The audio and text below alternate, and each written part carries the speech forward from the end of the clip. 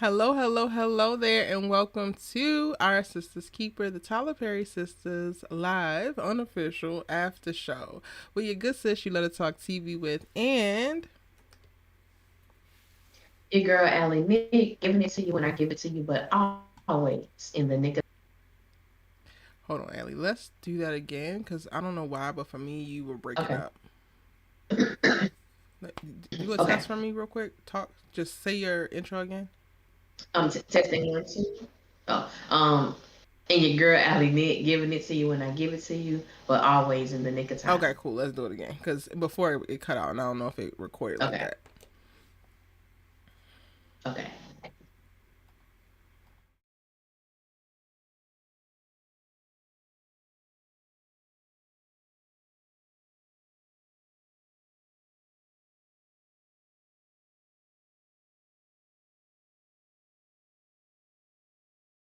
Welcome, welcome, welcome into another episode of our Sisters Keeper, the Tyler Perry Sisters unofficial after show. With your good sis, you let her talk TV with, and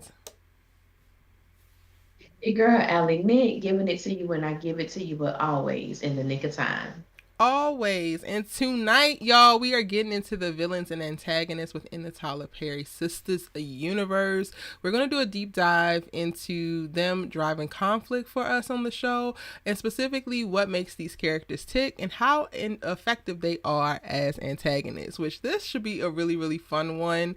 We get to dive deep in our our main antagonist in the show, one of your faves, because you just love how Cheeto look there, child.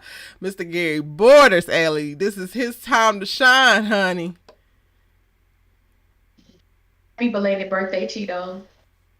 Just in case you happen to come across this video, happy birthday. Yes, it's gonna be great. It's gonna be fun just to deal with Gary and his evolution. Oh my God, from season one until now. Yeah, What was it's somewhat cute just became completely diabolical and evil. what we And I thought. have enjoyed the journey. I ain't gonna lie. Not you enjoyed the journey.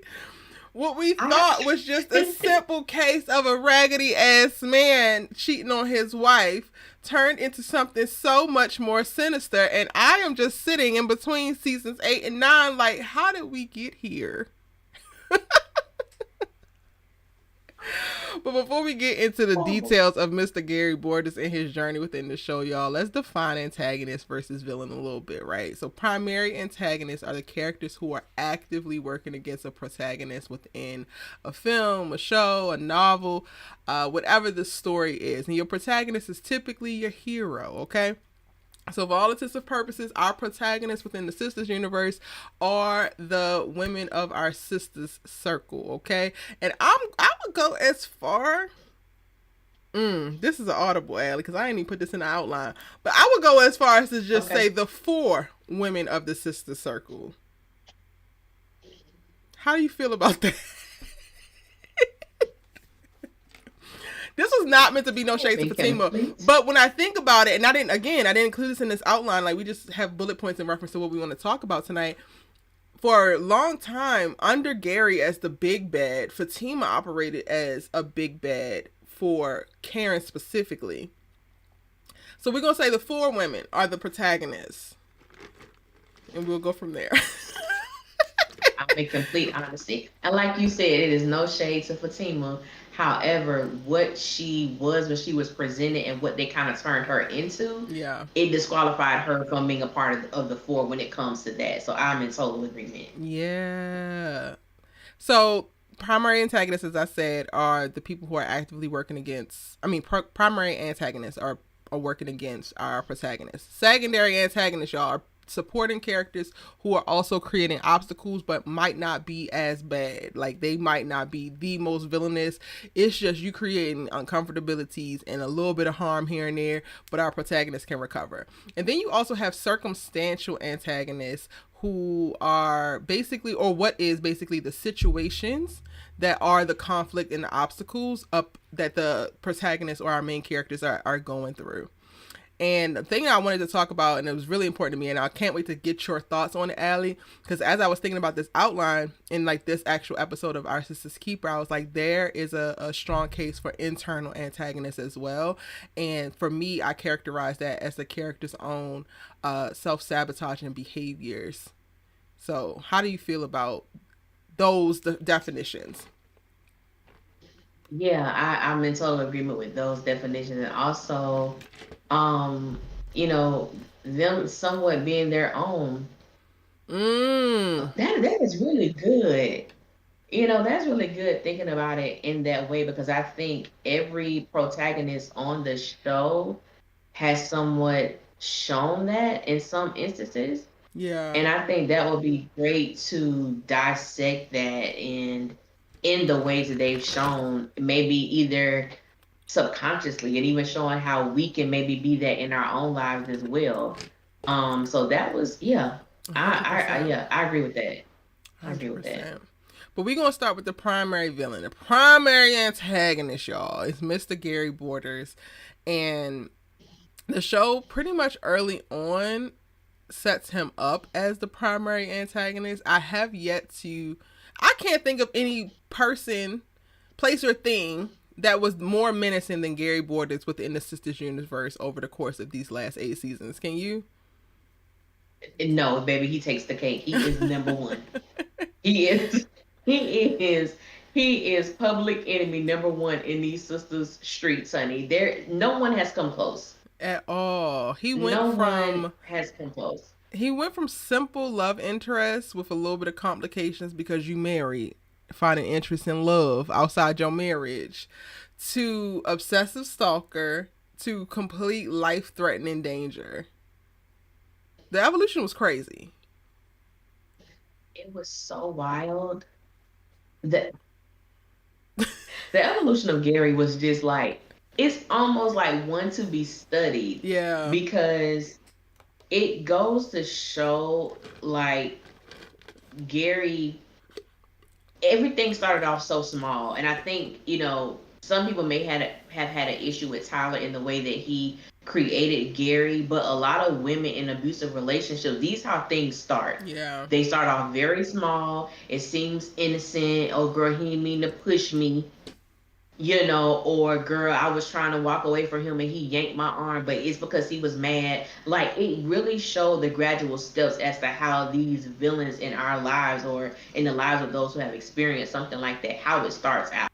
Very innocent, the woman taking up for him, and Andy was really that girl, who made every excuse in the world for Gary's behavior, verbally, physically, what have you. But the evolution is wild, though. Yeah. Because for me, and Gary has oftentimes made me check my toxicity level. I'm not gonna hold you because it's like, and I think because maybe I'm just so in love with that part of the storytelling of this show when it comes to his character, is that for him to be so diabolical and for him to be so menacing and him to be so just Satan incarnate. Yeah. It's still like, how do you possess a way to like move and flow in this space and these people still have compassion for you? Yeah. Genuine compassion for you is absolutely wild. And it's the ones who you've done the most stuff to that genuinely likes you. Yeah. It's good. Yeah, I think we're taking a time to like really ponder on Gary specific, which is why I have thoroughly enjoyed these Our Sisters Keeper conversations in the hiatus time, because we just have time to just sit in one specific spot. I'm thinking about like how you really have to believe the villain in your life the moment that they appear. And then when I say that, it's like, so then how do you know that this person is the villain? Because I am currently going through something with my family, and there's ebbs and flows in relationships, right? And I felt like I've recently cut off a family member that I felt like was making me out to be the villain in their story. And I decided that I was going to not subscribe to that, because I know for a fact that I have your best interest at heart. So when I'm pushing you to do better, or when I'm pushing you to see me fully, or to be accountable for how you harm me, that's not me being a villain in your story. That's me calling you up to a place where I believe that you could possibly be, but you're not operating as. But that's something that I think that we naturally do, right? When we can't actually check ourselves, or when we can't fully see ourselves, we want to pass the blame versus take on the responsibility of making that realization for ourselves, right? So like there's definitely moments of that. I'm not negating that, but when I think about like how you really identify the villains in your life, one of the first things I think, just based off of my lived experience and the mind state that I'm in right now, is that you pay attention the first time the person is putting you in a circumstance to betray yourself. Andy, from the very moment that she found out that Gary was married and continued to date him, he was putting her in a circumstance to betray herself, because that was something that she never wanted for herself. It wasn't something that she believed in, but it was something that she conceded to. And that is when he presented himself as the villain and she didn't believe it, which is how his evolution was able to happen, because all he did was, over the course of seasons, we watch him become more and more and more of himself. And now that, again, we're taking the time to just sit here and unpack this, I'm like, this is a cautionary tale for that. And I would hope that people were able to see that and apply that to their lives now, you know?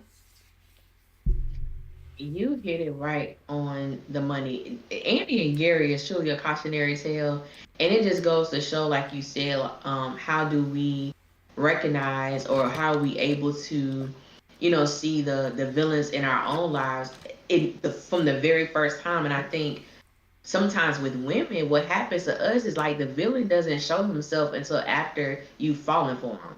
If I'm just talking about like a relationship with a man, or a romantic relationship, there may be like small signs that we may overlook, but it's I like the think that's moment it. they I know they think they might got be the you. villain from the beginning, but we're busy making Yeah, excuses while we're falling. yeah, And we're yeah, only making and yeah. excuses because we're falling. Because best believe, old dude randomly who ran up on me at Whole Foods that I didn't give a damn about could have be doing the exact same things that the dude that like says the right things and I'm crushing on social media that I happen to bump into. They could say the exact same things, but because I don't have no interest in that one, or I don't have no interest in this one, I have interest in this one, they feel like completely different things, but they both are the antagonist to my story at that particular time. If they are giving me Yeah. behaviors or dialogues that go adamantly go against who I know myself to be, what I want for myself, what I want for my life, you know? Sorry. It's the truth. No, it's the truth, because it's like they show things, but then them feelings get involved. Don't have Child. sex with them. And even with Andy, one thing I will give Andy credit for, y'all know I don't give her much, but the one thing I will give Andy credit for is that she has always been able to acknowledge that Gary did not lie to her about his marital status. She knew that he was married before they ever engaged in anything, and she chose to have a relationship with him. Now, when the red flag is that red and crimson and bright, and you choose to Child. walk into that mug, like that was just, whatever, which is different from a woman who don't know the man is married. He's Mm-hmm. concealing his status. He's not being upfront and being honest. And when you've fallen, some women are strong enough to be like, oh, this what it is. Okay, I'm good on you. Some women Mm-hmm. gonna be like, but girl, I love him and I just can't walk away. And so I feel that the villains know, oh, I got her. So if she's accepting of this, she's gonna be accepting of any other thing that I bring into her Yeah. life. And there's so many women, unfortunately, who fall for that, who is entangled in that stuff because your feelings have gotten involved. And it's not an easy task, to just let something go when you're in love with that person, or you love this person so much. But let Andy Cautionary tell warn women for real, baby, when them signs start showing, leave it alone the first time. Yeah, but then also Don't think walk I into promise. everything looking for signs. And it's not to say that I Uh-uh. want you to have a toxic level of like defense mechanism or anything. I think that women have been socialized into these fairy tale ideals around romance to which men actually haven't. So we're going in looking for X, Y, and Z as the deer or the lamb ready for slaughter, and the men are being trained as butchers for the most part. Like I feel like it's not the norm for a man to come into romantic pursuits with with a strong level of like emotional intelligence and emotional stability, right? Like not leaning into patriarchal ideals and not leaning into manipulation in the process of like courting women. That is not like the norm. We're still like trying to like figure that out now. Like there's this big thing on TikTok going on where this podcaster named Deontay Kyle created an episode where he was talking about men holding other men accountable for the harm that they cause to women and how men have to move with this level of accountability. And all the men are up in arms, not all of them, but a lot of men are up in arms of like, how dare they? This is the like renaissance and the like learning, the unparenting, the shifting that needs to happen so that women can actually be more safe in coming into this. But the way that we tool up and the way that we prepare ourselves is to go into things less idealistic, go into it seeing things for what it is versus trying to coax yourself into like this fairy tale. And not to say that you can't have the fantasy romance and you can't have the fairy tale, but try to have them that from real eyes so that when it is idyllic, when it is the man sculpting this particular experience because he is just into you that much, then it's real. It's not something that you didn't convince yourself of and you're trying to fit all the things that he did into this thing, and then next thing you know, you're brokenhearted, you're wounded, you're traumatized because you told yourself a story that wasn't the case. Let the man actually build the story for what it is by seeing him for who he is. Come on, I feel like a word. That was a word. That was a word, honey. Because people will see, like, even the stuff that's going on right now, all across social media, with all these, domestic violence situations with these Yeah. celebrities and things like that, and you read the comments or you look at the other male celebrities or that's saying these things, and it's like, and you still want to support this person, you still want to buy a ticket to the concert, you still trying to get with them, and you see how they feel about abuse when it comes to women. Yep. No, It's wild. it's something, but it's like that goes. It's why, and it's like it goes to, we've seen that with Gary, and when you Yeah. have friends like the Karen situation, you try to come in, I'm trying to talk to you, girl, it's not that bad. He doesn't mean to Oh, do it. they Oh, were ether oh, Karen. okay. But besides the Karen and Zach thing, the next thing that she was getting ethered for is how much she stood on business when it came to Andy and Gary and wanting to separate Andy from Gary's hold. And the way some of the most deplorable things that I've seen women say came from responding to that particular circumstance, as if Karen was literally the problem when all she was trying to do was save her friend from herself and this man. Oh, girl, they touched the nerve with me, especially when the whole thing, Karen being jealous of Andy. I Child, said, who's jealous of who's jealous? who Who wants would be that? jealous of? First of all, you're not even mine. You're married. You have Hello. completely turned your back on your children. Mm. You have squeezed literally the life out of my friend. You have played in her face. You have given her money and taken it back. You have done so many things. What would I need to be jealous of? Everybody who was coming for Karen, y'all owe that character an apology for that and that alone. Hello. Because it's so amazing that when Fatima wants to stand up for Andy, she's a great friend. When Karen was standing up for Andy, when she was really in the thick of it, she's jealous. Hello. That damn So it wedding. goes to show how. I'm still standing on business about that damn wedding, and Karen walked away as she goddamn should, not before saying her damn piece and confronting every last one of them goofy ass hoes that was in the mix right then. As she should, because that's what a real goddamn friend do. A real friend don't go smoke a blunt and say, well, my friend making this dumbass decision, but I'm going to support her anyway because she my friend. My friend finna ruin her life. My friend finna marry her abuser. Hold on, let me hit the blunt real quick. Let me go back in here. That's not a real friend. Or that's a real friend who's stupid just like you, and you two peas in a goofy ass pod that should probably not be friends in this time until you grow up. Mm, I don't know where that came from, but I felt it in baby. my spirits. Because baby, we just gotta call a spade. Because even though we saying, what I'm saying, the antagonists sometimes were these women to each other. Calling it Who, friendship. I baby? will die on the hill of the person who loves you the most in life is the person who is more committed to telling you the truth so that you can be the best person that you can possibly be in whatever circumstance or season you are in life, way it is always going to be that person before it's the person that told you yes every single time you asked. That is a hill I will die on.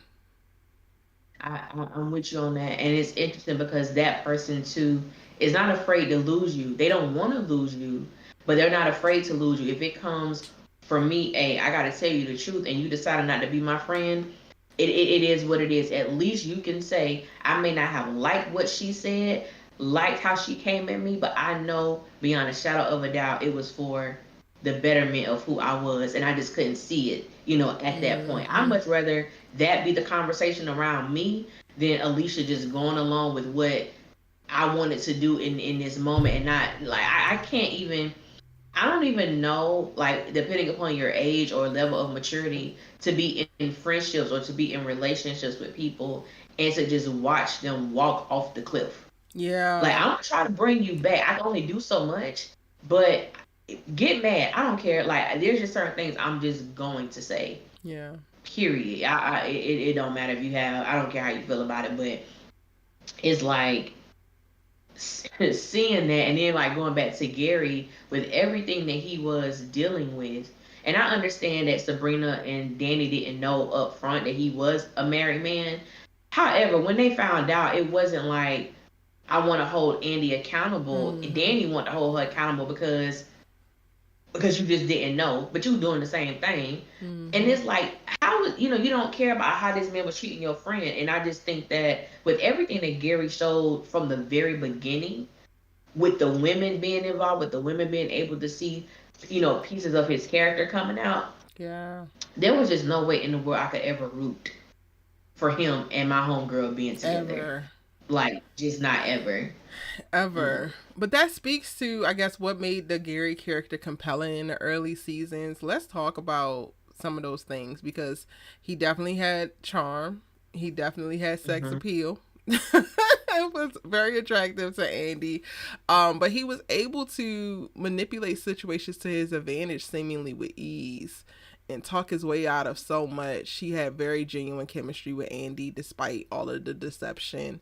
Um, and maybe it's that, maybe it's the dual nature of like the insidiousness of what he actually was, but then him being able to put on this bright seemingly perfect boyfriend face. Maybe that's the thing that brought viewers in and kept everybody guessing and intrigued with the Gary character. What do you think made him so compelling in like seasons 1 through 3?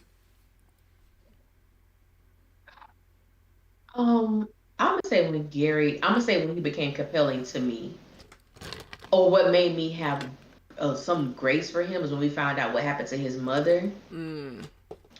But that's for me. It was like the humanistic side of me kicked in. It was like, okay, he's going through something traumatic. So who's been there for him? Who has been that voice of reason in his life? Because I don't think he has it. So who's been that for him? Yeah. Not that I was not justifying his behavior, because it was not justifiable or acceptable, but it did make me wonder, who is that person in his life? The Mm. thing with Gary is that, I think what made him so compelling, one, the brother could wear a suit.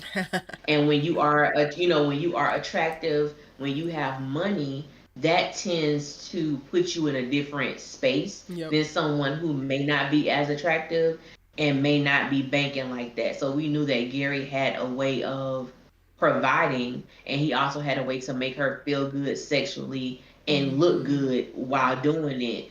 And I think that's I think just overall with women, not every woman, but I would say as a whole, that's a compelling factor. You got money and you look good and you make me feel great sexually. Now, Yeah. sadly, those are things that will keep you in a blind spot, when Uh-huh. it comes to the toxicity that you're in or what that person is bringing into your life.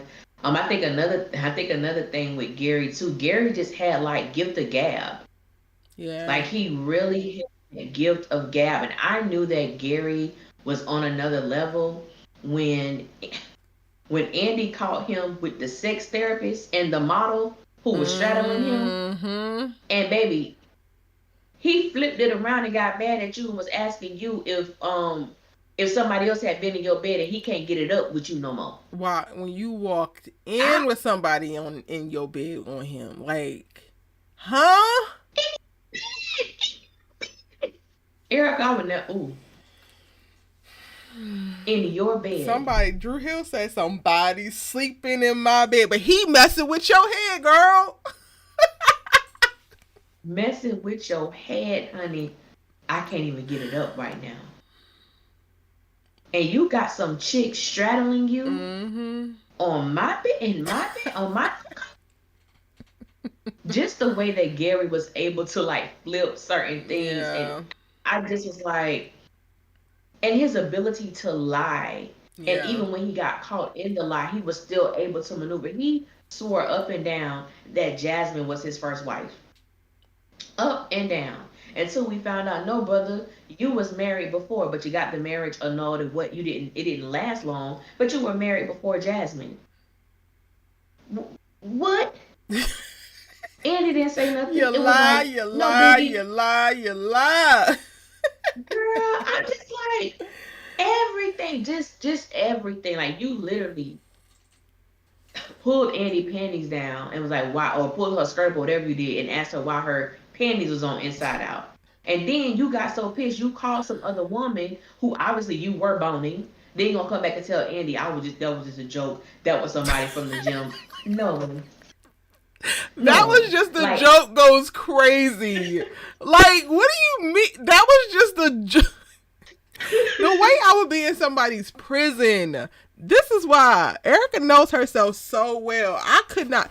God bless the women who going through like this in real life. Because I'm standing on like some people get mad about the Tyler rights, and personally, I'm more mad about how he structures it and less about what the actual circumstances are. I think it could be stronger structure wise, right? But I ain't complaining to him until y'all stop living these lives. And some of y'all living these lives. That part could not be me. You take my panties off to see that they are on backwards, and you got all the questions in the world, and then you call up one of the hoes on your roster, and then you look me dead in my face and say, "Oh, I was just joking." Okay, let me get a knife real quick. I just got another joke. What are you talking about, child? baby, baby. Honestly, Allie, That, I think the but biggest thing about Gary as a villain was, yes, the things that he did, but more so how committed and convicted he was in the things that he decided to do. Because he really was not playing. Oh, I was just joking. You know how insidious that is to look somebody dead in their fucking face after you just did your little tit for tat bush and say I was just joking, knowing your ass is not joking, but you delivering it like, yeah, and then you need to get over it. facts. Diabolical. Y'all, you want me to call her back? It was somebody from my gym. You want me to call her back? He knows Andy. No, no, that's okay. I was like, yeah, call him. Bring her in here so I can Matter talk to of both of fact, you. let's go up there. Let's go up there. Let's go up there. Let's go on a Cause she's field dealing with the trip. right Where is woman. Miss Frizzle when we need her? Okay. You at the gym every day anyway. Let's go. Hello. What you mean? And then come to find out, the woman who was a part of the threesome with Andy, you sleeping with her too. Oh, baby. The bodies that Gary had floating all around Atlanta was wild. And you Was worried about her wild, sliding with a custodian? You got baby. bodies on bodies on bodies on bodies. They got photos. Private investigator got photos of you with multiple women, and you worried about her with the custodian? That's her sister, Andy. That's Jasmine's sister. Why are y'all arm in arm? That ain't her Hello. sister. Hello. I said, this man, the way that Gary, as you stated, the way that Gary was committed to everything, the way that Gary, I feel, believed his own lies at a Yeah. certain point, because maybe he did not sway from it and was totally, totally committed and convinced that he was Yeah. telling the truth.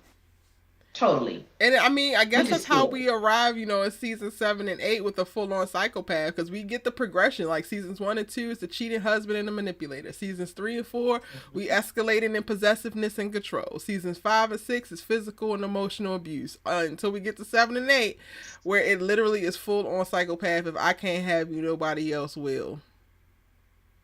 Mm. And the way, I don't think we give enough, and maybe we shouldn't, but the way that Gary moved, I believe it was in season 7, was absolute. I'm gonna give the writers props for this. The way that he dealt with Jordan, the way that you got somebody to, you knew what he was missing in his campaign. You got somebody to go in there to spy. You Yep. got somebody to drug him, to take these inappropriate pictures of this man as if he was having this big orgy with men and women. The way you got the cartel money wrapped, like everything that Gary did was so intentional when it came to Jordan because of Yeah. Andy. Yep. It was like masterful. Every corner, like every which way they tried to turn, Gary had already did something that was gonna prevent him for either from winning, did something that was gonna, ruin his Campaign. character, everything. It was just like, yeah, he did he would just own it. And He was honestly, just so Allie, when we on it, really even down look to back, Jasmine. he had practice. Mm-hmm. The failed takeover of the law firm was so he was the walk so that he could run with Jordan. It was right there. Wow. Yes, And it was it was motivated right for there. similar And reasons. every Robin had romantic interest in Andy. mm-hmm. Andy had romantic interest in Robin. Okay, I'm gonna take his law firm from him. Sir, what? Yeah, yeah. You right. And it start, and then I think about even the wedding, Mm. and it was just like with Andy, Karen, he was listening because I told him that's the kind of wedding that I wanted. And girl, you weren't in no position to marry this man, but because he did what you told him was your fantasy wedding, it was just the fact that, people like Gary, and I'm just gonna throw myself out there. I'm so glad I'm on the right side of the law. And Mm. I'm so glad that I'm on the right side with God because I Yep. know how my mind think, and I know that if I wasn't, I could be very manipulative and could use the abilities that I have for evil. Same. And Uh, I'm just same. say evil. I'm say evil because you can, the gift of gab. I can, girl.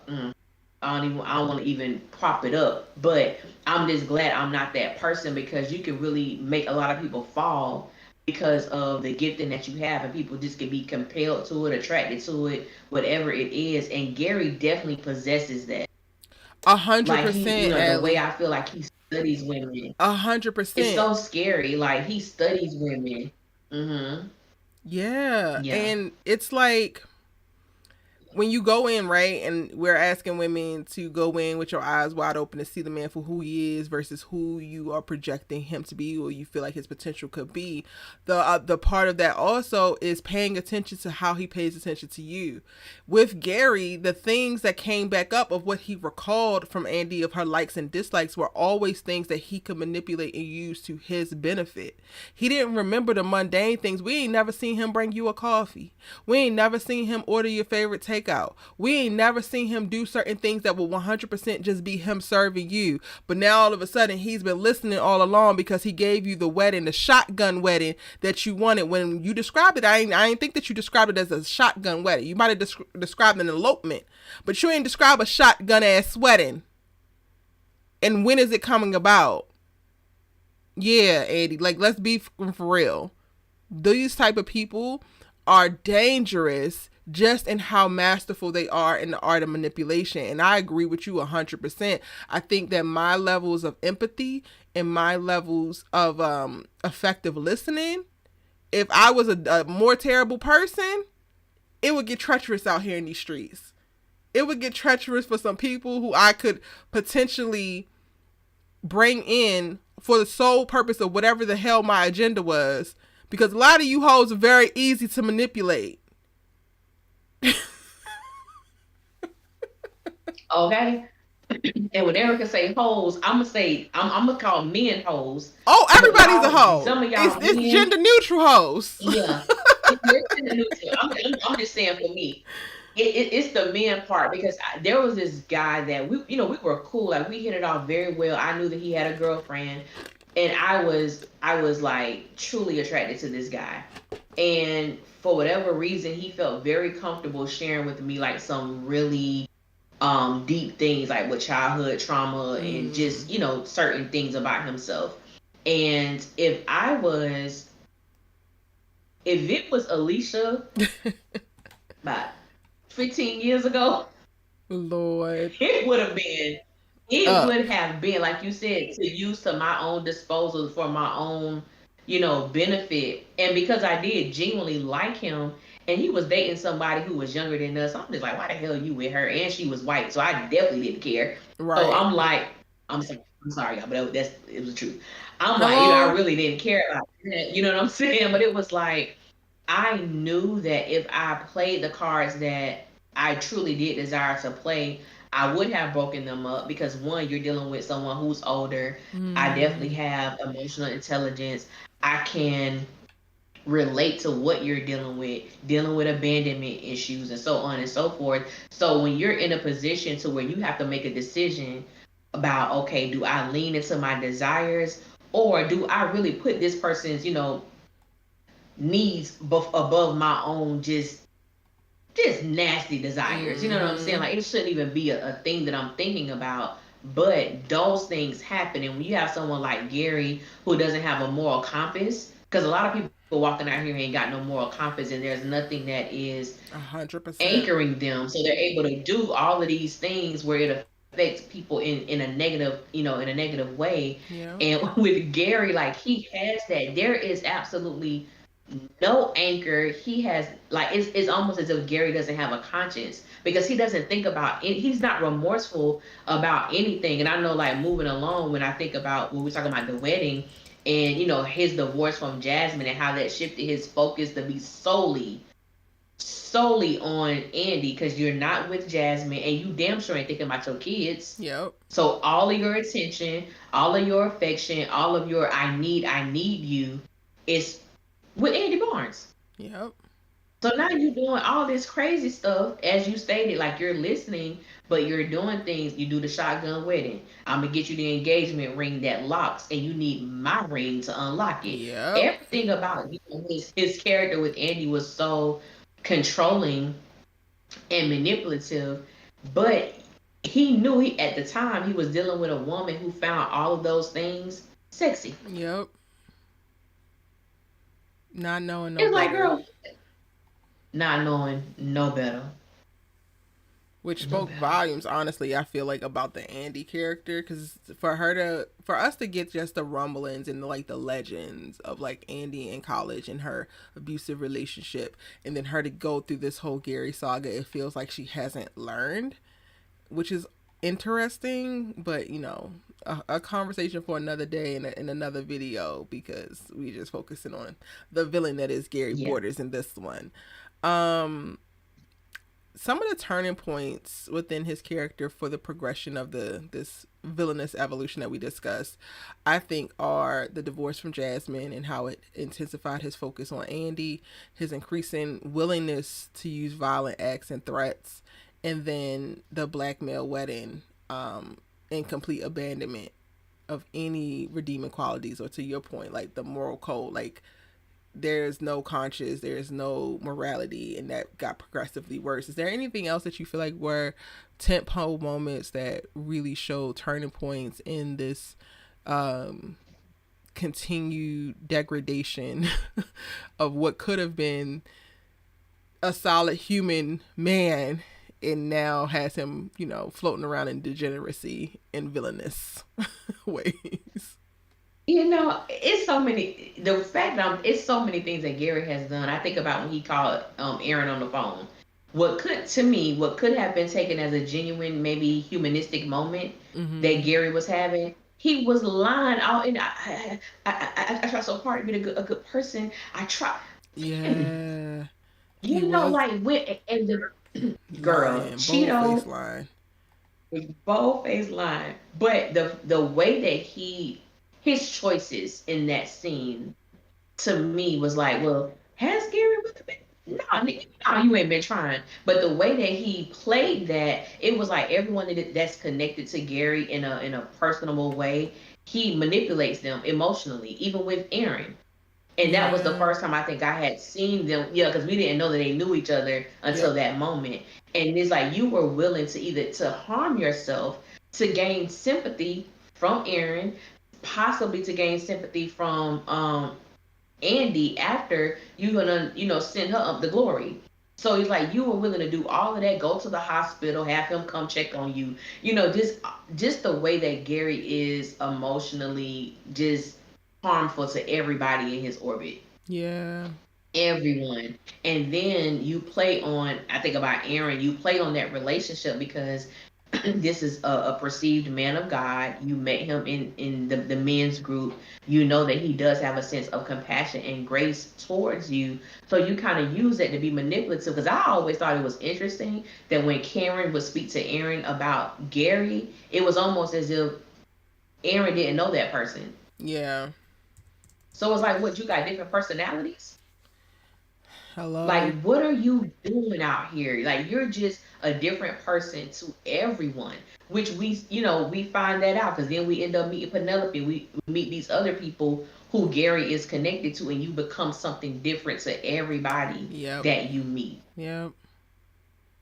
Because, baby, when Well, we girl, she first are don't do that introduced different to the stuff. Gary that has Penelope and they expecting a baby, for those few episodes, I was like, Andy, that's the life that you've been wanting this whole damn time.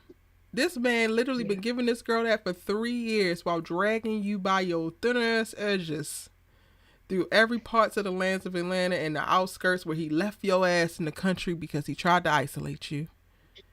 All the while he had this woman in some high rise, living a life going to Whole Foods, perfectly fine, expecting to make it through her damn pregnancy and live her life happily ever after. Child.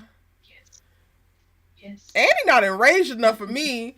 Because that's the going through She's the not. hell that is Gary Borders and not coming out ready to light everybody on fire. There's no reason why Andrea Barnes should not be a complete and utter menace in her own right. Like, once you go through the fire with a, like, Gary, I thought that my little piece of, oh my God, he's my world, yeah, yeah, yeah, yeah, dragged my ass within an inch of my life. I thought that that was something. That is nothing compared to what Andrea Barnes has experienced with Gary, and she is still all meek and mild going into season 9, and I don't understand it because the way that Erica has no cut cards with these niggas, the way that Erica could see you coming, it took one to do that. Andrea Barnes, you are now on your second that we know of tumultuous ass, toxic ass, abusive ass man, and you still playing simple.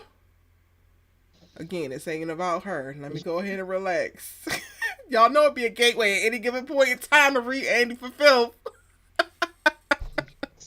Well, we can we kind of wolf her into this when we get a little farther down. Because we Child. gotta talk about her. Um, we can add her in there. Um, yeah, we gotta talk about that a So little let's talk bit. about Gary's methods and psychology when it comes to his little villain story. Because there is so much manipulation, emotional manipulation, gaslighting. You mentioned earlier the financial leverage and the professional sabotage. There's the physical intimidation and the violence. Regardless of how, trite some of y'all want to go ahead and pass it off as, Andy passed out in this man's arms. He passed out in this man's arms as a result of his physical actions towards her. That, by definition, is physical abuse. Point blank, period. The intimidation of putting a ring on somebody's finger and only you have the key, but didn't allow her to consent to being locked in that way. Physical intimidation, at least. Physical abuse, at best. And then using other people as weapons, and how he wields Hayden and Hudson, who will go on because we're going to talk about them being supplementary or secondary antagonists within the show. But what are your thoughts on his methodology and the psychology behind all of this with him? It's sad to say, but everything has been genius. And the Keep more we talking, talk Ellie. I'll be about right back. Gary, okay, it's genius. And the more that we think about the character of Gary, for Gary to be so diabolical and so evil, it's amazing for me how the writers have always gotten it right when it comes to Gary Borders. They have not missed when it comes to his character development. And some people may think that Gary has not had any character development, but when you look at season one in comparison to season eight, Gary has gotten worse and worse each season that he has appeared on our screens. They just have gotten it right. The way that he is able to not have to pay for the actions that he's done, or even if he does, he may sit in jail for 2 days, get out, and he goes right back to the life that he's always led. He may tell Andy, I'm gonna leave you alone, I'm not gonna bother you anymore. And it never sticks, it always fails. But I think the fact that they have been able to be so committed to turning Gary into this just diabolical villain, they just have never gotten it wrong when it comes to that. His tactics with everyone, just the way that he's able to gaslight everybody, the way that he was even, to me, bold enough to show up to Karen's salon so that Karen could talk to Andy for him, as if Karen doesn't know the things that he has done and is continuing to do to Andy. You got to be a bold brother to walk up to this girl best friend shop on your behalf and ask her to talk to Andy. Like, that was wild. But it's like, Andy is, Karen is not like Andy. You're not going to manipulate her in that way. I don't even know what even gave him the thought that that would work. And so when I think about like his financial leverage, the things that Gary is able to do because he has money, because he has a name, you can get away with so many things in that realm. He's been doing illegalities so long and he never had to go to jail for it. Like, we only saw like in the latter scenes those things come up and become a problem. And then physical intimidation and violence, we have seen that from Gary since season one. Gary squeezed Andy till she about died. And it's not a joking matter, but literally he squeezed her and she was literally telling him, Gary, I can't breathe. Gary, I can't breathe. And he did not, loosen his grip. He just kept squeezing until the girl passed out. We saw that he got into a fight with Paris when he was literally in Andy's apartment and he should not have been. Ended up fighting Paris. He's gotten into verbal altercations, back and forth with Robin, tried to take this man's law firm from under him, a hostile takeover. So there were so many things that Gary has done when it came to physical intimidation and violence, and also using other people as weapons. We saw how he used Hudson. We saw how he used Hayden, and he had been using Hudson for a very, very long time. That's just what it is. And so when you think about the psychology behind his obsession and you think about possessiveness versus love, I don't think that Gary ever, well, maybe to what he deemed love is, but if your love is possessive, to me, that's not love. And anybody who has a possessive type of love, they have characteristics of an abuser. That's just how I see it. I don't want you to possess me, period. And anybody that shows that type of love towards me or that type of characteristic towards me, I'm checking my deuces and I'm bouncing, because that's just prime ingredient for a potential abuser. And so control, that's his primary motivation.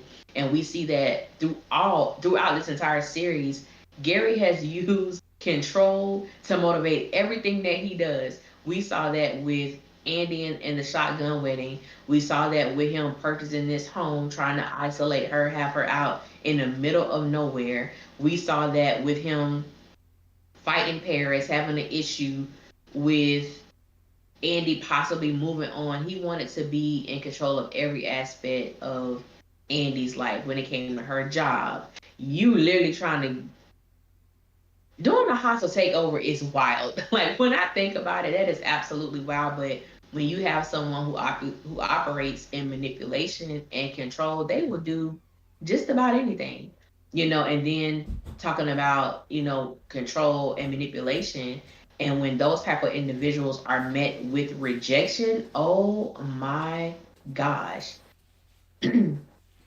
unfortunately, there are a lot of men who can't deal with rejection, and that can end up volatile for a lot of women, unfortunately, and that's just what happens. I moved on down to how rejection fuels his escalation, Erica, Oh, and girl. I was using an example of with women. It is in the world that we live in.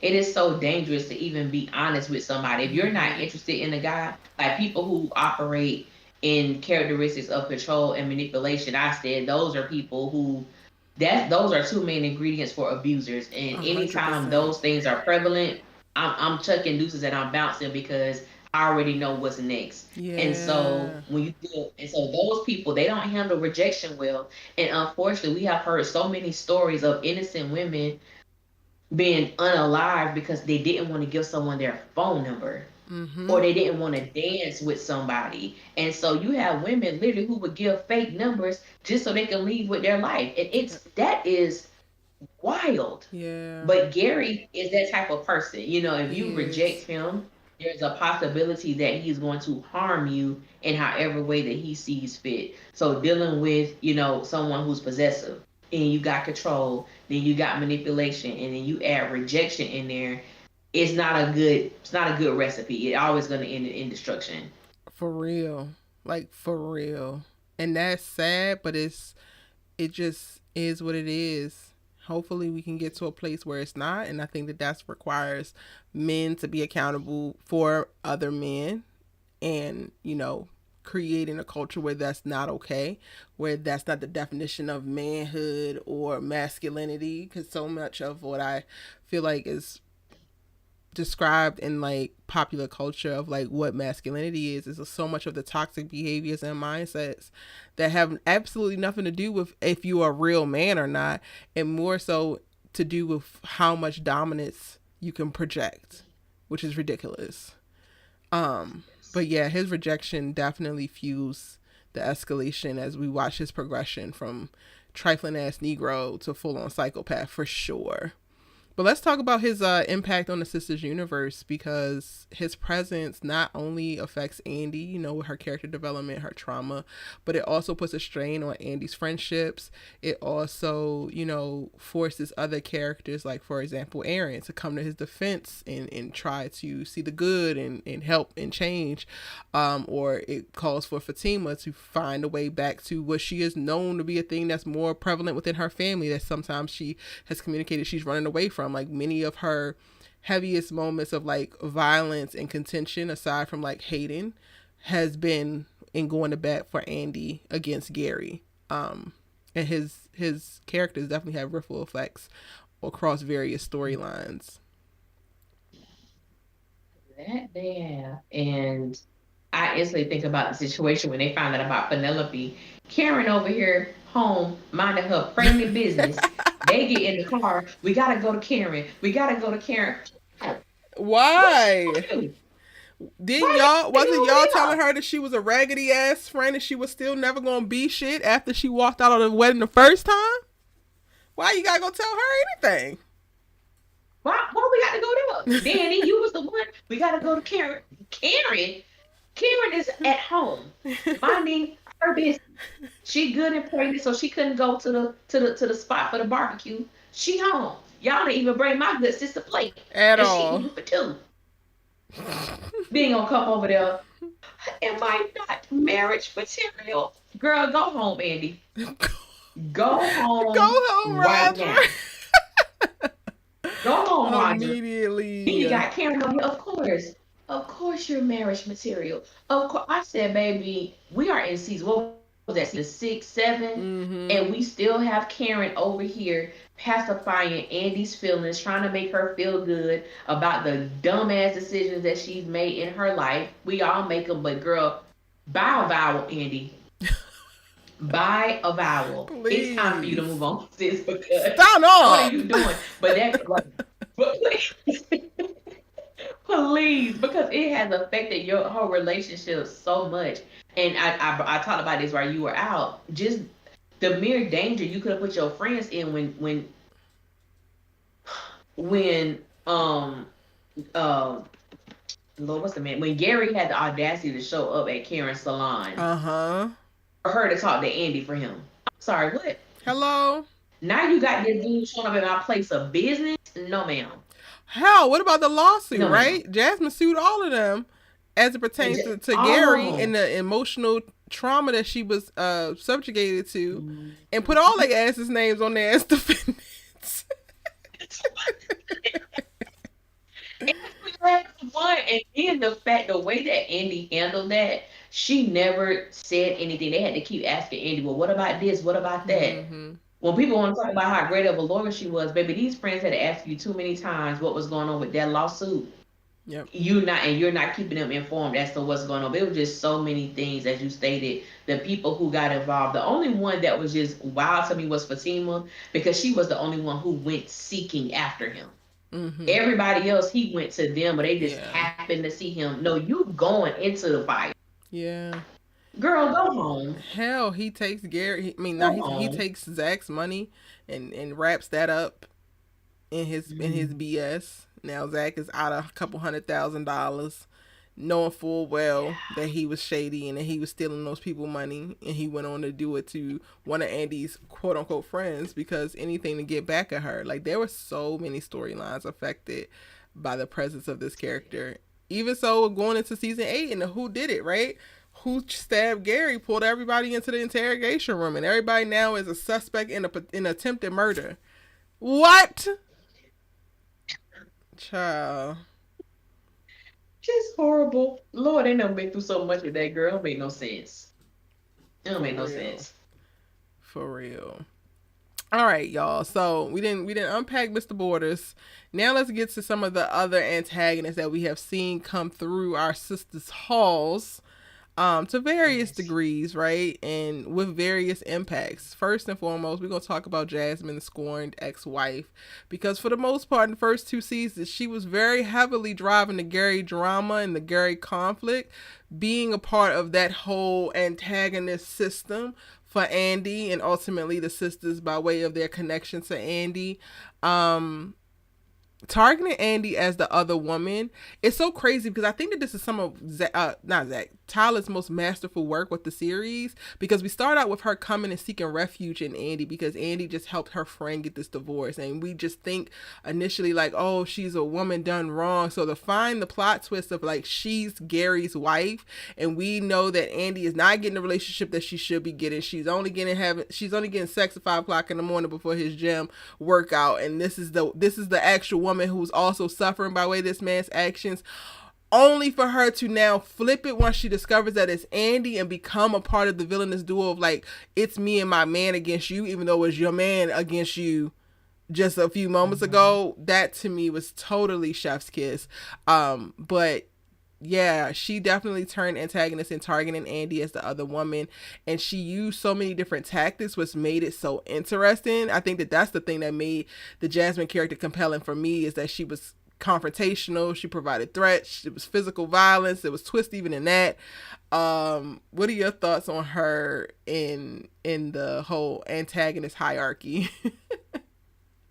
I love Jasmine. I love Jasmine for that reason alone, because it's like I understood why she was responding the way that she was Mm, responding. Like she just wasn't doing stuff haphazardly. It made sense. This was a woman who was hurt. This was a woman who, felt betrayed. This was a woman who had also endured years of abuse, neglect, and everything else from Gary Borders. And on top of that, I've had, I believe, four of your children who gonna get talked about, but four of your children, and you have literally just left me to do all of this by myself while you out here hunching this chick over here who I'm thinking you going to the gym, but yeah, you getting a workout all right. So I love the way that Jasmine was portrayed, but also she and she did some crazy stuff to Andy, tried to jump the child. girl in the parking garage.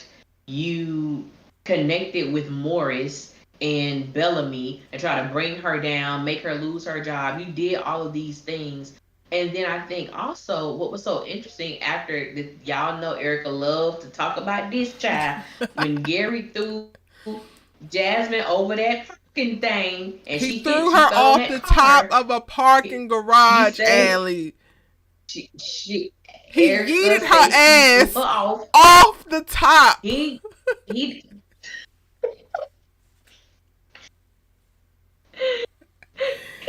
He never living it don't down. say I ain't gonna say he purposely did it or maybe he did, but the fact remains Girl! he did. The fact remains he did.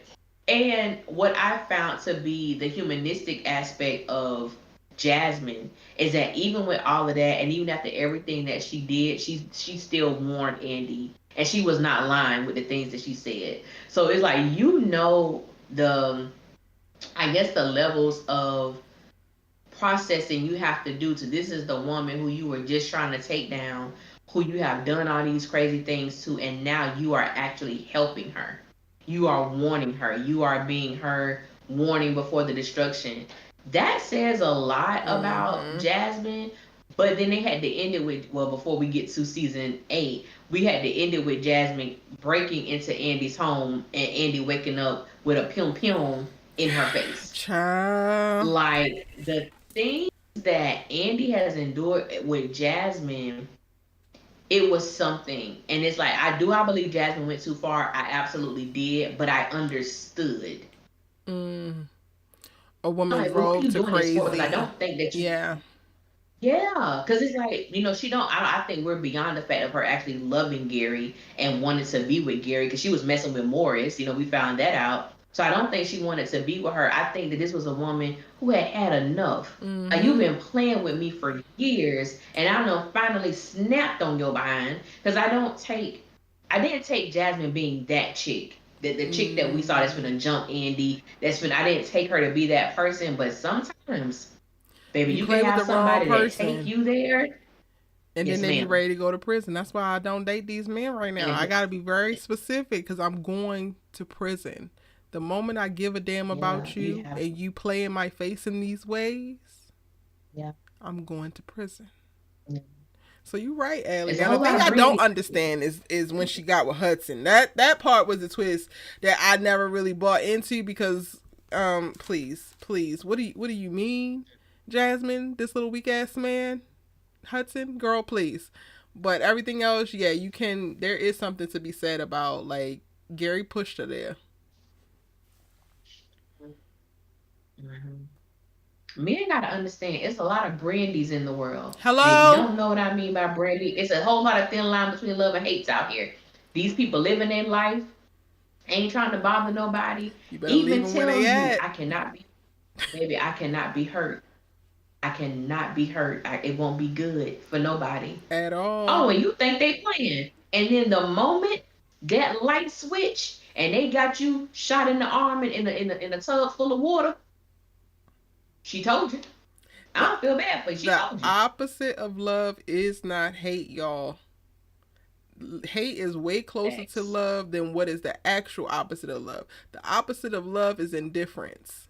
You better leave them people to the hell alone because once you go from love to hate, it gets very Baby. sticky. It gets very Baby. sticky. And that's the story. That right there sums up Jasmine. I love it. It does.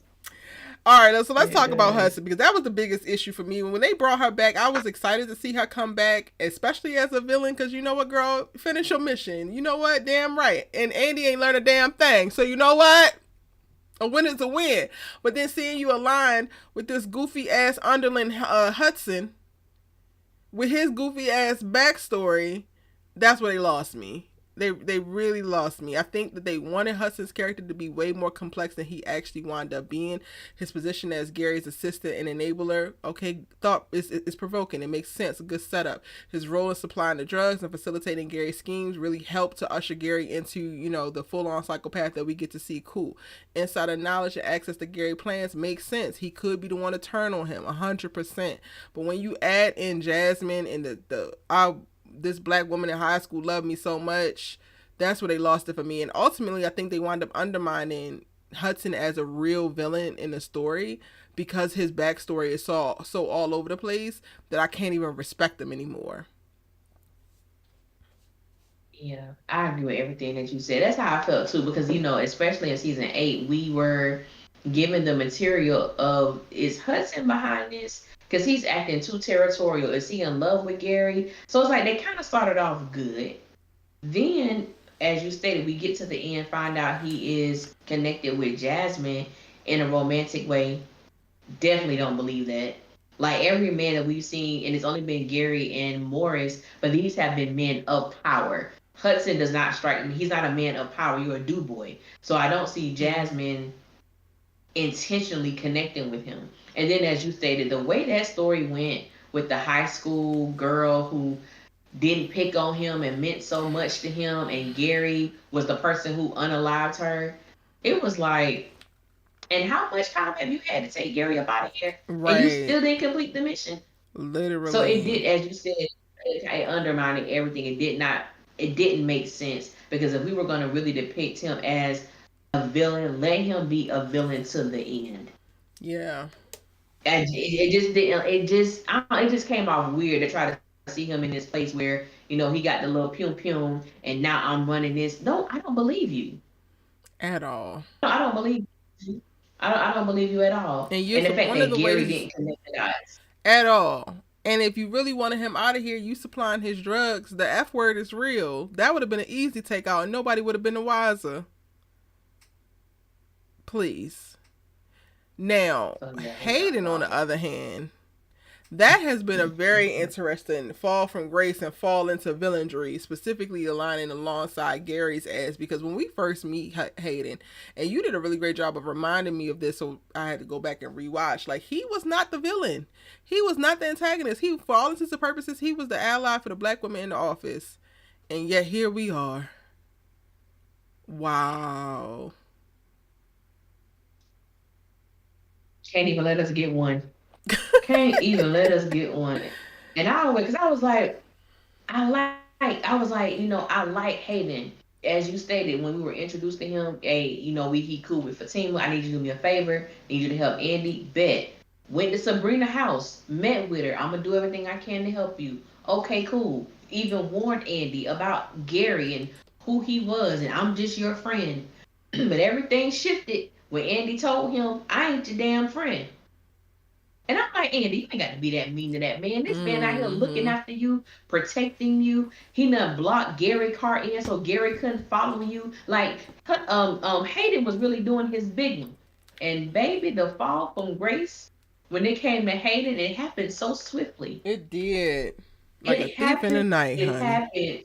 Yes, it happened so swiftly. And I have to admit, at one point, Hayden had became one of my favorite characters. Mm. Not because he was a gnat and he was annoying. But for me, around that fourth and fifth season of Sisters, it was a struggle for you, girl. Oh, baby, it was a struggle for me to keep Mm-hmm. watching. Because it Mm-hmm. was like everything was just kind of like the same. And Hayden was bringing it. He He was on was. Fatima and Zach behind, and he was like bringing the excitement to the show. So for a minute, I'm like, I really like this character, even though I know that he really getting on people's nerves, but he was really, to me, bringing what needed to be brought at the time. But the way that we have seen this man, you're either scared of Gary, you want to be Gary, Yep. you wish you had the type of thing that Gary had when it came to women, and then the way that we saw, I think the thing that disappointed me the most about Hayden and the way they chose to write him is that he could have been a villain without being so aggressive Anti-black. and just degrading toward black women. That Child, the part of his Massage made him. Noir is crazy work. For Massage Noir to Yes. be his weapon of choice in his villain story pisses me off real bad. Real bad. Yeah. Because you are Yeah. 100% right It about wasn't that. He needed. could have been the villain as the other black person at this all white law firm who is competing to try to get partner, and Andy wants partner. What is the story of how that brother navigates this life without falling into the stereotype of leaning into sexist ass ideals and subjugating black women, to which he solely dates? So, like, what are you talking about? You talk all this shit about ghetto this and ghetto that and black women this and black women that, and then you go and get entangled entangled with a prostitute, a black prostitute. And that's no shade to Samara, because girl, do your damn do. But you Mm-hmm. fell for a black prostitute while also spewing all types of misogynoir and anti-black woman rhetoric. Make it make sense, Hayden, because it don't. And you supposed to be the goddamn tax attorney, so you can count. And the math ain't math and Child. and the math ain't because they really and the more I think about Hayden, now toward like season 7 and 8, they gave him such amazing snapbacks with Mm-hmm. Fatima and Andy. We didn't need him to go into the way of misogyny and that aspect because Yeah. he was on it and that's the only disappointing aspect of Hayden's character as being the villain to me that was just so and I think I'm using the word disappointing because it wasn't needed. Like for Yeah. certain things with Gary, for him to become diabolical, I understand. For Hayden, that part of his makeup, it just I don't understand why it went in that direction because Yeah. it wasn't needed to me. It didn't track at all. It just wasn't. Mm-mm. You are so right about that. Um Yeah, so those are the other like supplemental antagonists that we have seen play out over the last 8 seasons. But then to, my point from the very beginning, the other antagonistic force is definitely the women.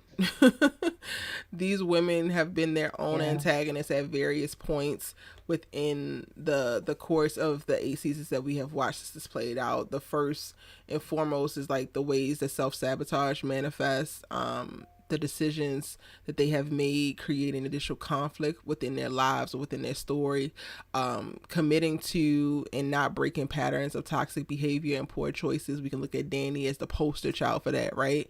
And then there's also a role that internalized issues take on and continue to drive drama. And I would look at Karen with that in like the cycle and the time period where she was stuck and couldn't get over Zach, right? I would say that Fatima's in it right now because she's still, ignoring a ton of red flags that should not actually be, or that she should be addressing if she actually wants to have a healthy relationship with this man, but she's not. Um, in what ways do you feel like these women have been their own antagonists? Oh God, I only gotta choose to just choose one. Lord, You don't have to. it's like it's no, just I guess because there's so many things like coming in my mind right now.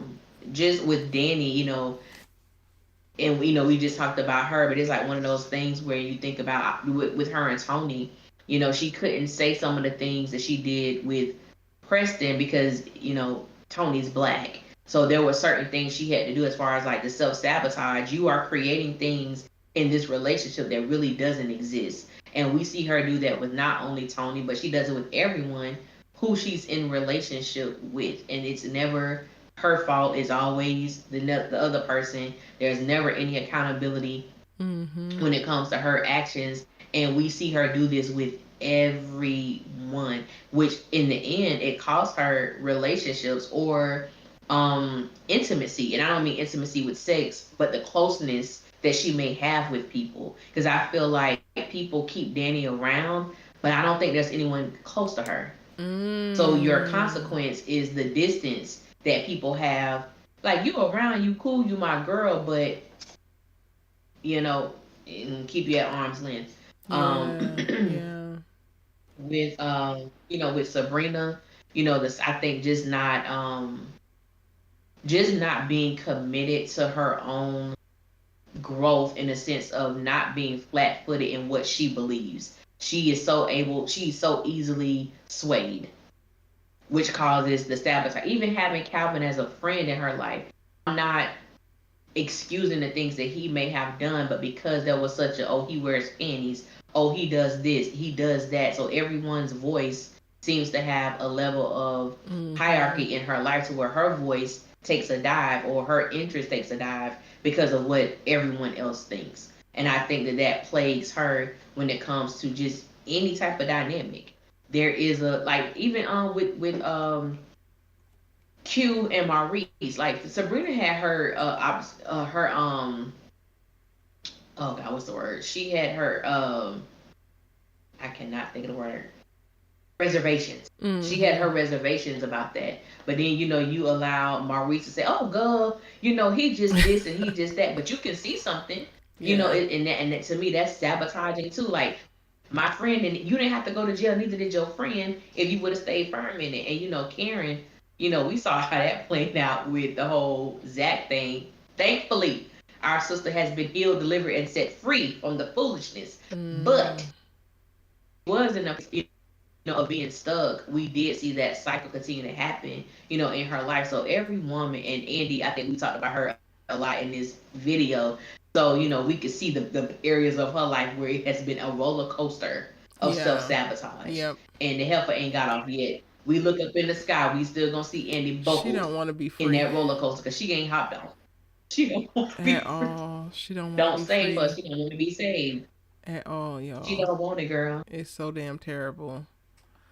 Like, If that ain't the truth, I don't know what the hell is. And honestly, I think that maybe that's the strongest storytelling element within the sisters universe, how they are the antagonists for themselves. So much I think of like my life specifically on a creative pursuit and like trying to do something different, especially when you're trying to do something different and create a life that's not the one that was prescribed for you. There is a lot of time, effort, and energy spent on confronting your own bullshit and checking yourself and owning up to when you quite literally have become the villain for yourself, whether that's in negative self-talk, whether that's in focusing on remaining comfortable, staying comfortable in chaos versus being uncomfortable in change and something new. So I hope that people who are watching the show are at least at the very bare minimum able to see some of these things, that we pointed out with the ladies. And if you are, perpetuating that in your own life, correct it, change it. It's never too late. You can always make a shift and you can always be better. And you deserve to be better for you. I don't know where that came from. I just felt I need I to say concur. it. I think it fits because even though this was a video that because I think this was going to be the tone of the video, I didn't know what to but expect. And when now I'm y'all like, started thinking oh. about it, I didn't know what because it's like the moment we got into it like fully, like the first bullet point, I'm like, wow, we are really dealing with an abuser. Yeah. Like even though Gary is like the villain, this is an abuser, and I believe the characteristics that Tyler wrote for him, that he's a man that many women have come across. They Mm-hmm. may not have been as wild as Gary or doing the outlandish things that he did, but the core of who he is as a person, many women have entertain this type of person, and knowing what to look for, knowing not to play with it, knowing that hey, at the it made me think of that song on the Five Heartbeats where it says when the little girl was singing with her brother in the room, she said some people run at the first sign of stormy weather. Mm-hmm. Some people need to run at the first sign of stormy weather because it's only going to get worse, and you can't talk someone into being better when they have traits of manipulation, control, jealousy, aggressiveness. Those are things that they have to work out on their own, and you staying could be, between the life and death. I remember it was one episode of Our Sister's Keeper, and that's why for me, I love this because I love engaging with you, and I love engaging with the people who support us. And it was a woman who it was the episode where Andy was trying to get Penelope to leave town and was Mm-hmm. telling Penelope what to do. And there was a lady in the comments. I don't know if you were able to see it. It was while we were live, and she was talking about how her friend provided her opportunity to leave because she was in an abusive relationship for years, and she feels that she Oh. had left. When she left, she don't know if she would still be here to tell her story. So it's like, Oh. as you were talking about Tyler, like I don't mind the things that he writes, but the execution could be better. It Yeah. could be a little tighter because Yep. these things do happen. And so I just hope that, like you said, that people, take these Can things pick up on seriously and it. know that Yeah. whatever it is, yeah, pick up on it and, do the things that, you want. Create the life that you want. You want a beautiful life. You want a life where you're not struggling with bills, and tap into the gifting that God has given you. Because the Bible Yes. says your gift will make room. Your gifts will make room for you and bring you before great men. We have gifts and talents that we don't tap into, and I'm talking to myself as well, that can put us in places, put us in rooms that we never even imagined. But we got to take that first step, and sometimes it comes from leaving that dead weight, things that no Yeah. longer serve you, men, women who no longer serve you, that you can do the things that you want to do so that you can flourish, Yep. so that you can, it's other people, waiting for you to make the first step because you're Hello. connected to their next. You know what I'm Hello. saying? So it's I'm so like, grateful to we Ryan all in this Coogler, thing. baby. I don't know if that man Shit. didn't Go, exist, baby. if Erica would still be on her damn creative journey. That is so Oh, man. real. We have a responsibility to create ourselves for ourselves first and foremost. And the act of showing up in your talent and your gift for yourself will, propagate throughout the rest of culture if you are, genuine, right? Like there's something for all of us to do. And even thinking about the overall scope of this conversation, how much, and this is not me blaming abuse victims for their abuse, so be clear, but how much of the circumstances to which we are experiencing certain trauma, we experiencing certain abuse, how much of those circumstances were primed by the abuse that we got comfortable with giving ourselves. It is so Mhm. easy for us to walk into other moments of like abuse and trauma and manipulation when we have made it a habit to do those things to ourselves. So that once people start to do those things to us, it's still normal because we have already made it normal. That's a fact. Mm. That's a fact. That normalcy got to go. So I definitely do hope that people, when people see this, made it to the end, speaking life into yourself. Even if Yes. you don't believe it just yet, just keep speaking life into yourself until it rings true for you. And the thing, whatever is stopping you from believing in that, deal with it. Acknowledge it, deal with it, so that you can be great out here. Because people have shown, if you make a product or if you do something that people can connect to, see themselves in, be inspired by, they gonna tell somebody to tell somebody to tell somebody.